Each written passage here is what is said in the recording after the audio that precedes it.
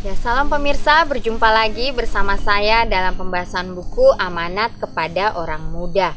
Pada saat ini kami mengundang akan seluruh anggota keluarga, khususnya kepada orang-orang muda untuk kita berkumpul bersama-sama sehingga kita boleh mendengarkan nasihat firman Tuhan pada saat ini. Kita akan membaca pasalnya yang ke-73 dan pasalnya yang ke-74. Ya, jika saudara-saudara mempunyai buku seperti ini, boleh kita buka di halaman 218. Judulnya Kesucian Kesehatan. Setan datang menggoda manusia seperti seorang malaikat terang. Sama seperti ketika ia datang kepada Yesus, ia bekerja untuk melemahkan tubuh dan rohani supaya ia bisa mengalahkannya dengan segala penggodaannya.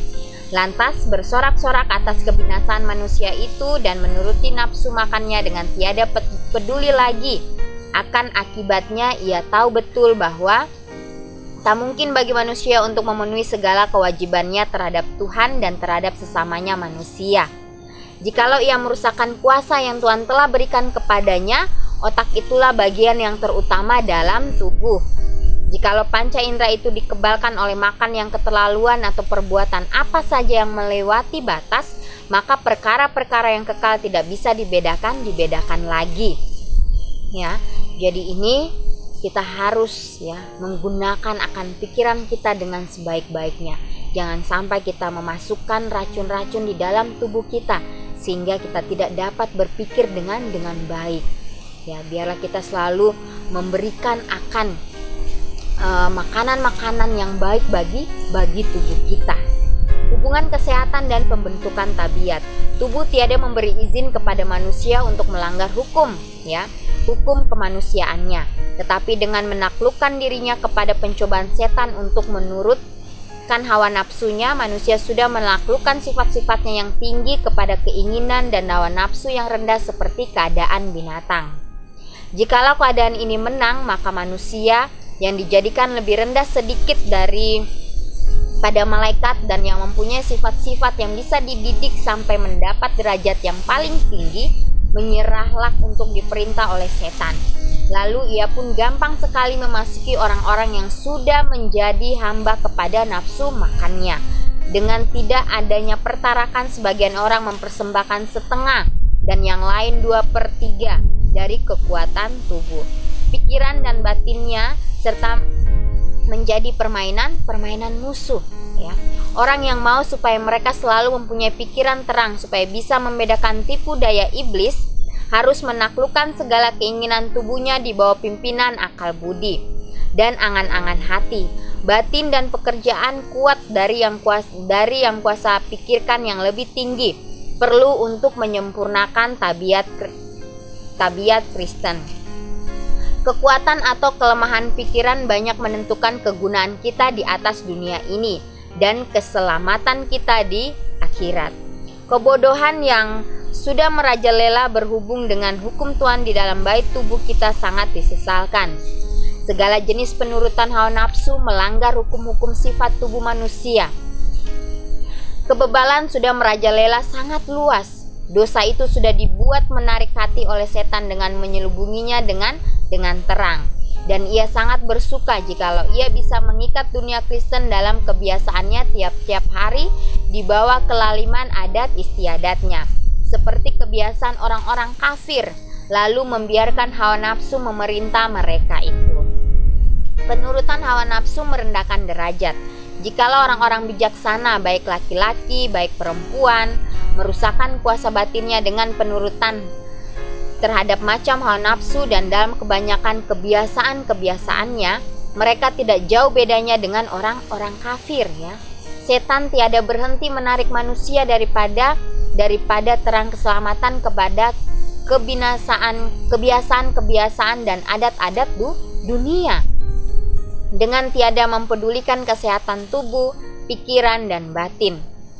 Musuh yang besar itu mengetahui bahwa jikalau keinginan dan hawa nafsu sudah merajalela, maka semuanya itu akan dikendalikan. Kesehatan tubuh dan kuasa pikiran dipersembahkan di atas mezbah kesenangan diri sendiri, dan manusia segera masuk ke dalam jurang kebinasaan. Kalau pikiran yang terang memegang tali kekangnya, serta memerintah segala nafsu kebinatangannya dengan menaklukkan dia di bawah kuasa batin, lantas setan tahu betul bahwa kuasanya hendak mengalahkan dia, hendak segala penggodaannya sangat kecil. Sebagian besar dari dunia Kristen tiada berhak menyebut dirinya orang-orang Kristen. Segala kebiasaannya, segala perbuatannya yang pemboros dan cara pemeliharaan tubuhnya sangat menggagahi hukum-hukum ilmu fisik dan berlawanan dengan pengajaran Alkitab. Dengan cara kehidupannya mereka mengerjakan kesengsaraan badani dan kelemahan pikiran dan tabiat bagi dirinya. Memerintah diri adalah satu kewajiban. Tubuh haruslah ditaklukkan, ya. Kuasa tertinggi manusia itu pada hakikatnya adalah untuk memerintah. Segala hawa nafsu dan keinginan harus diperintahkan oleh kemauan. Dan kemauan itu sendiri harus dibawa perintah siapa? Perintah Tuhan tentunya. Kuasa kerajaan akal budi yang telah disucikan oleh kemurahan Tuhan harus memerintah kehidupan kita. Ya, segala tuntutan Tuhan harus menjadi terang dalam angan-angan hati. Semua orang, baik laki-laki, baik perempuan, harus dijagakan terhadap kewajiban memerintahkan diri, keperluan kesucian, kelepasan dari tiap-tiap penurutan hawa nafsu yang merendahkan, dan kebiasaan-kebiasaan yang menajiskan. Mereka harus yakin dengan sungguh-sungguh bahwa segala kuasa pikiran dan tubuhnya adalah karunia Tuhan, ya.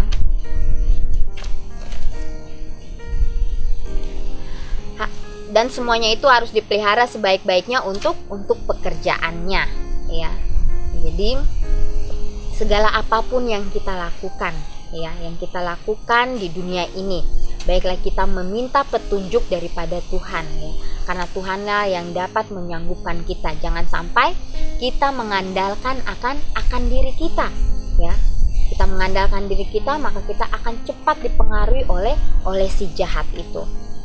Pendidikan yang seimbang. Waktu yang dipakai untuk gerak badan tidaklah sia-sia. Seorang pelajar yang tiada putus-putusnya duduk di hadapan buku pelajarannya dan mengambil hanya sedikit tempo untuk menggerakkan badannya di dalam udara yang terbuka, ya, merusakkan kesehatan tubuhnya. Satu latihan yang berimbang dari jenis-jenis panca indera dan kuasa tubuh itu sangat perlu, ya, supaya masing-masing dapat bekerja dengan sebaik-baiknya. Jikalau otak itu selalu disuruh bekerja keras sedang anggota-anggota yang lain dibiarkan tiada bekerja, maka timbullah satu kerugian pada kekuatan tubuh dan pikiran kita.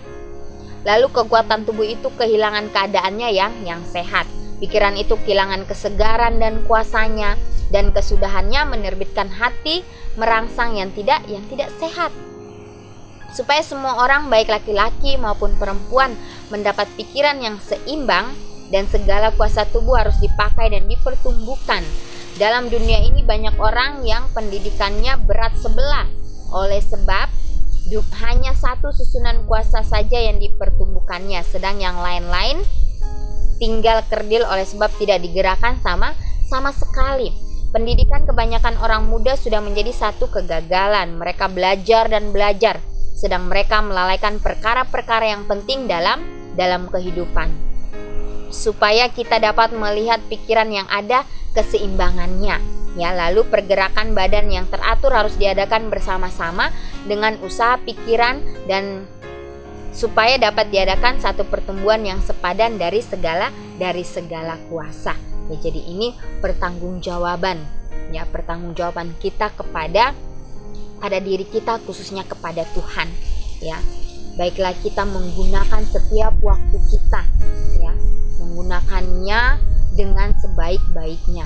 Ya, dikatakan tidak hanya kita sebagai seorang pelajar hanya belajar dan duduk untuk belajar terus.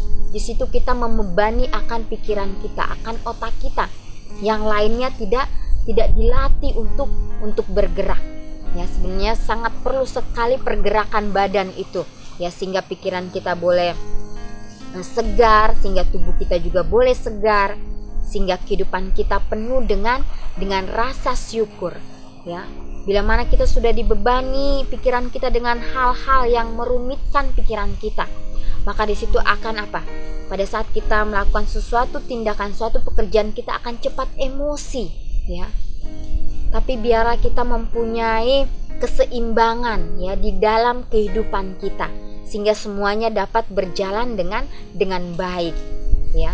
Dan tentunya kita harus meminta akan tuntunan kuasa Tuhan sehingga kita dapat melakukannya sesuai dengan kehendaknya ya. Karena ini suatu pelajaran yang sangat luar biasa bagi kita. Jangan sampai kita lalaikan ya. Biarlah kita terus meminta akan kuasa daripada Tuhan sehingga kita dapat melakukan semuanya dengan penuh tanggung jawab. Dan kita juga harus seimbang ya, sehingga semuanya itu dapat berjalan dengan baik. Karena setan dikatakan membungkus sesuatu hal itu dengan sangat menarik ya, sehingga kita tidak bisa membedakannya. Untuk itu biarlah kita terus mengandalkan Tuhan di dalam kehidupan kita. Biarlah kita boleh mengambil komitmen kita ya, sehingga kita boleh berjalan bersama-sama dengan Tuhan hari demi hari, dan Tuhan dapat menggunakan kita sesuai dengan kehendaknya. Tuhan memberkati.